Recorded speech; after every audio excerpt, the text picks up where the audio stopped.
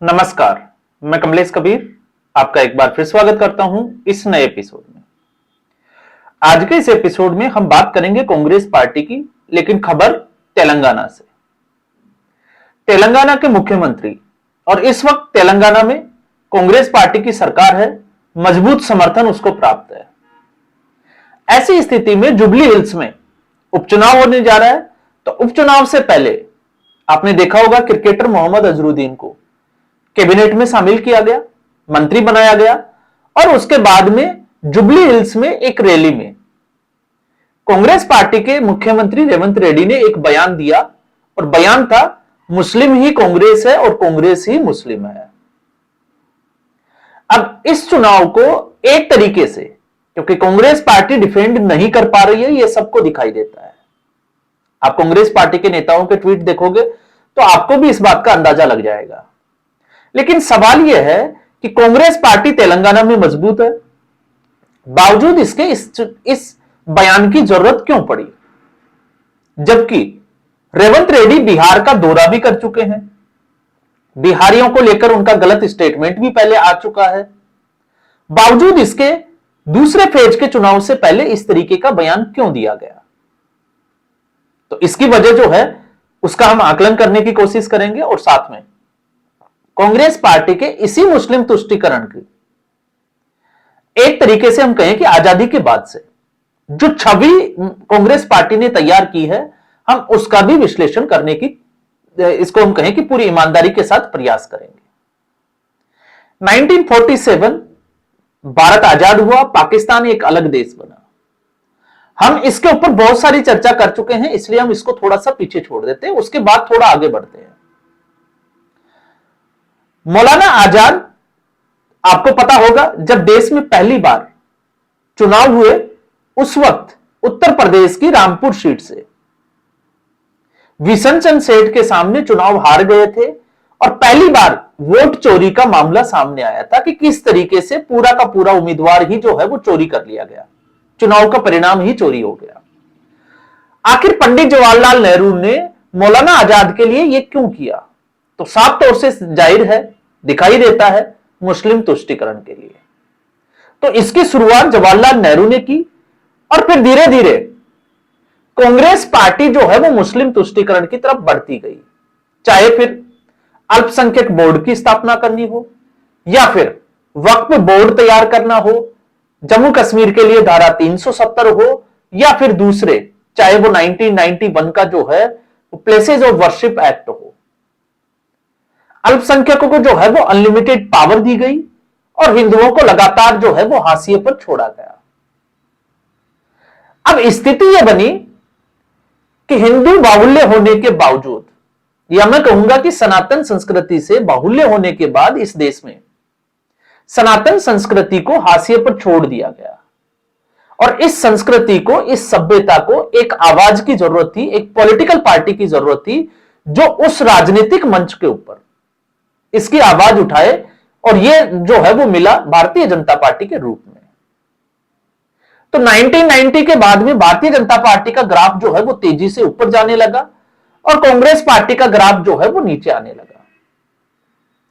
अब इसी कड़ी में, क्योंकि राहुल गांधी इस वक्त जो है वो कांग्रेस पार्टी है, क्योंकि हम तो मुस्लिम कांग्रेस, कांग्रेस मुस्लिम, इसके बजाय राहुल गांधी ही कांग्रेस है, कांग्रेस ही राहुल गांधी है, इस अवधारणा पर जो है वो ज्यादा काम करते हैं।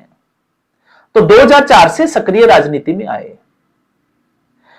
राहुल गांधी को प्रधानमंत्री बनाने के लिए येन केन प्रकरण, सोनिया गांधी ने बहुत प्रयास किए, लेकिन यूपीए 2 में जिस तरीके से एक के बाद एक जो है वो भ्रष्टाचार की कड़ियां जुड़ती हुई कांग्रेस पार्टी के पीछे पड़ी, उसके बाद में राहुल गांधी को प्रधानमंत्री बनने से रोक दिया गया।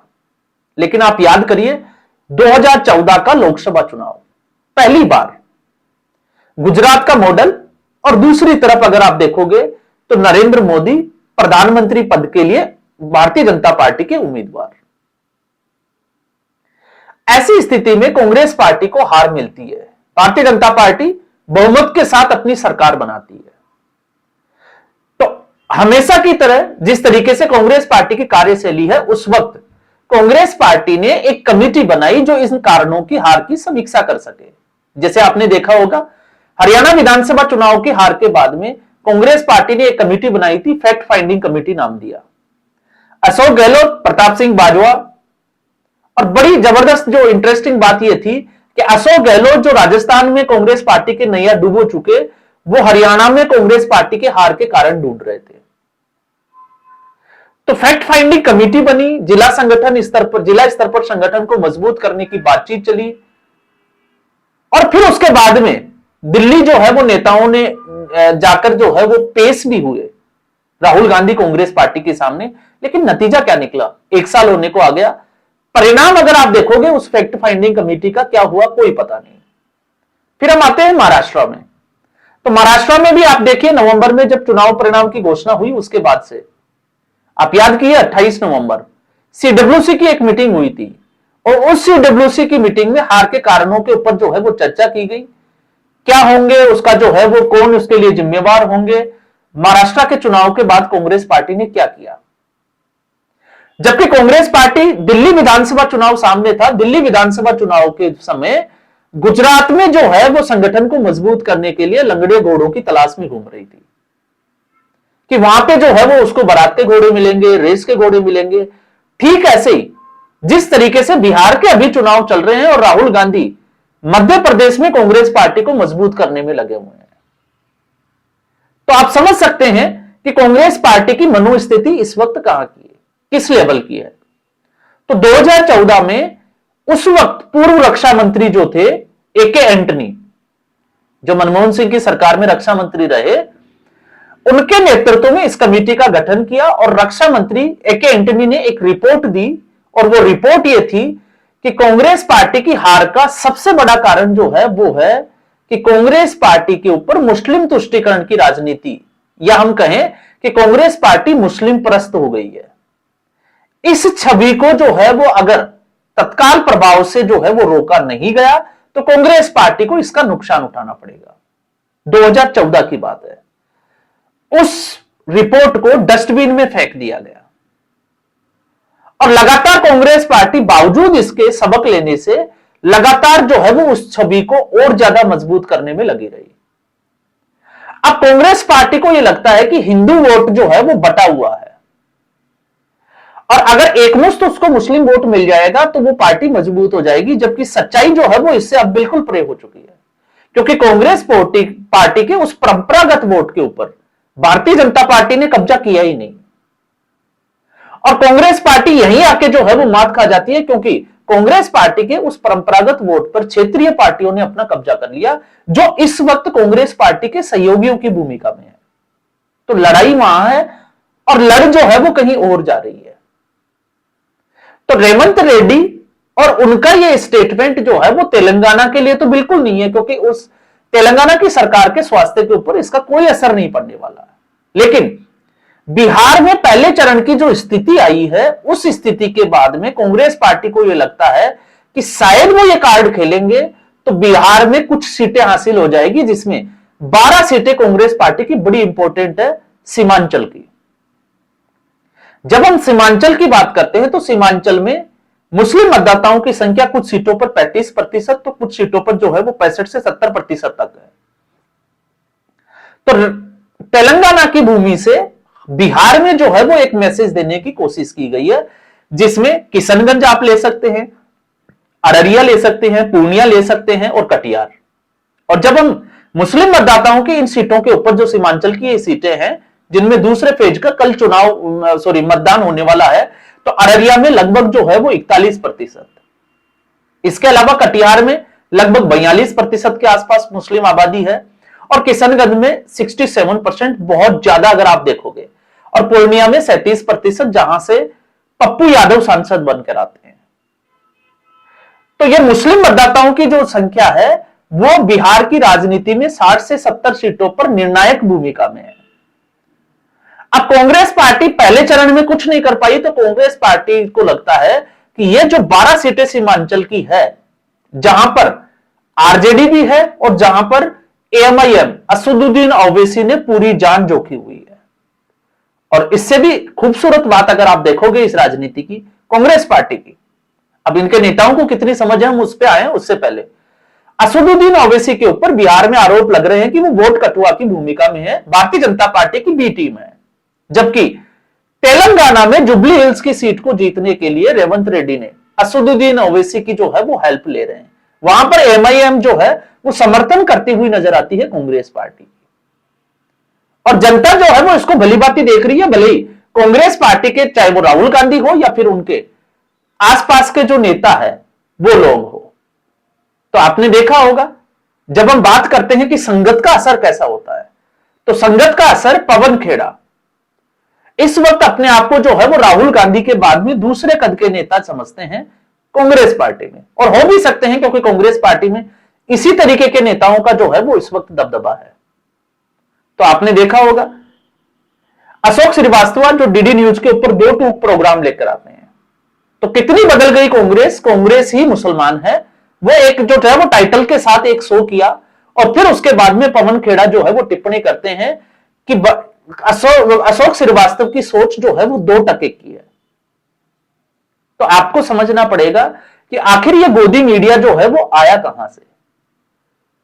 गोदी मीडिया ये किसी प्रभाव से निकलकर नहीं आया। गोदी मीडिया इसलिए आया क्योंकि राहुल गांधी और कांग्रेस पार्टी की जब से सोशल मीडिया का जमाना आया है, वो कोई भी झूठ बोलते हैं, वो 10 से 15 मिनट में उसके फैक्ट्स जो है वो मीडिया निकाल कर ले आता है। और जब कांग्रेस पार्टी को लगता है कि उसने ये झूठ बोला और उसका प्रोपेगेंडा समझ में आ गया, तो फिर वो जो है वो आरोप लगाते हैं कि आप बीजेपी के या तो ये दलाल है या तो फिर ये गोदी मीडिया से आते हैं। यही पवन खेड़ा जो है वो करते हुए नजर आ रहे हैं। ये अगर आप देखोगे तो अशोक श्रीवास्तव ने शो किया। अशोक श्रीवास्तव ने ये स्टेटमेंट नहीं दिया, ये स्टेटमेंट रेवंत रेड्डी का है। और आप सोचकर देखिए इसके उलट, अगर यही स्टेटमेंट आरएसएस या भारतीय जनता पार्टी की तरफ से दिया हुआ होता तो कांग्रेस पार्टी गला फाड़ फाड़ कर चिल्ला रही होती। लेकिन चूंकि रेवंत रेड्डी ने यह बयान दिया है, इसलिए कांग्रेस पार्टी इसको सही ठहराने में, जायज ठहराने में जो है वो लगी हुई है। और इसका नुकसान अगर कांग्रेस पार्टी के किसी भी छोटे कद के नेता को या इस देश में अगर कोई राजनीति को समझता है उसको पूछेंगे, तो वो भली बात समझा देगा कि कांग्रेस पार्टी के इसी रवैये ने और इस तरीके के स्टेटमेंट की वजह से हिंदू वोट संगठित होता हुआ नजर आ रहा है। 2019 के बाद से यह दिखाई भी दे रहा है, क्योंकि 2014 में जो चुनाव लड़ा गया वो एक करप्शन के खिलाफ जो है वो एक लहर चल रही थी। गुजरात का विकास मॉडल सामने था, तो कई कारण थे। लेकिन उसके बाद भारतीय मतदाता जब जागरूक हुआ तो उसको समझ में आया कि कांग्रेस पार्टी मुस्लिम तुष्टीकरण की राजनीति कर रही है। तो आपने देखा होगा योगी आदित्यनाथ का बटोगे तो कटोगे। अब हिंदू वोट संगठित हो रहा है और कांग्रेस पार्टी के जो नेता है उनको यह समझ में ही नहीं आ रहा कि क्या करना चाहिए। तो फिर कांग्रेस ही मुस्लिम है और मुस्लिम ही कांग्रेस है, उससे एक ही बात साफ तौर से निकल कर आती है कि मुसलमानों को इस देश में अल्पसंख्यकों का दर्जा जो है अगर किसी पार्टी ने दिया, वैसे आपको जानकर हैरानी होगी कि संविधान में इसका कहीं उल्लेख नहीं है। अल्पसंख्यकों की कोई परिभाषा नहीं है। और अगर 25 करोड़ से ज्यादा की आबादी वाली जनसंख्या अगर अल्पसंख्यक है, तो फिर सिख समुदाय, आप बौद्ध समुदाय और जैन समुदाय की अगर आप बात करोगे या पारसी, तो फिर वो कहां जाते हैं अल्पसंख्यकों में। लेकिन उनके लिए इस देश में कुछ नहीं है, सिर्फ और सिर्फ मुसलमानों को ही इस कैटेगरी में रखा गया है। तो आज भी कांग्रेस पार्टी की दृष्टि में मुसलमान जो है वो अल्पसंख्यक है। मनमोहन सिंह जी का वो आपको स्टेटमेंट तो पता ही होगा कि रिसोर्सेज के ऊपर पहला अधिकार जो है वो मुसलमानों का है, अल्पसंख्यकों का है। लेकिन बात यह है कि जिस तरीके से कांग्रेस की नजर में अल्पसंख्यक हो गए मुस्लिम, ठीक उसी तरीके से भारतीय राजनीति में कांग्रेस पार्टी धीरे धीरे अल्पसंख्यक होती जा रही है। और अगर कांग्रेस पार्टी का रवैया और उसकी सोच यही रही, तो कांग्रेस पार्टी एक दिन जो है वो खतरे के उस निशान तक आ जाएगी जिस निशान पर कांग्रेस पार्टी के ये नेता जो है वो उसको देखना चाहते हैं। तो आज के एपिसोड में बस इतना ही। उम्मीद करूंगा वीडियो एपिसोड आपको पसंद आया होगा। वीडियो को लाइक करें, शेयर करें, चैनल जरूर सब्सक्राइब करें। धन्यवाद।